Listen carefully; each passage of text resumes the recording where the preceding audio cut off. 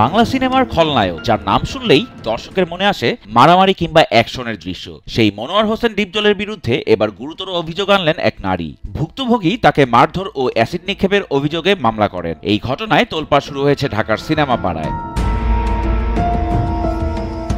আজ মঙ্গলবার ঢাকার চিফ মেট্রোপলিটন ম্যাজিস্ট্রেট আদালতে ৩৫ বছর বয়সী এক নারী এই মামলা দায়ের করেন। আদালত ইতিমধ্যেই মামলাটির তদন্তের জন্য সিআইডিকে নির্দেশ দিয়ে আগামী ৬ই আগস্ট তদন্ত প্রতিবেদন জমা দেওয়ার আদেশ দেন।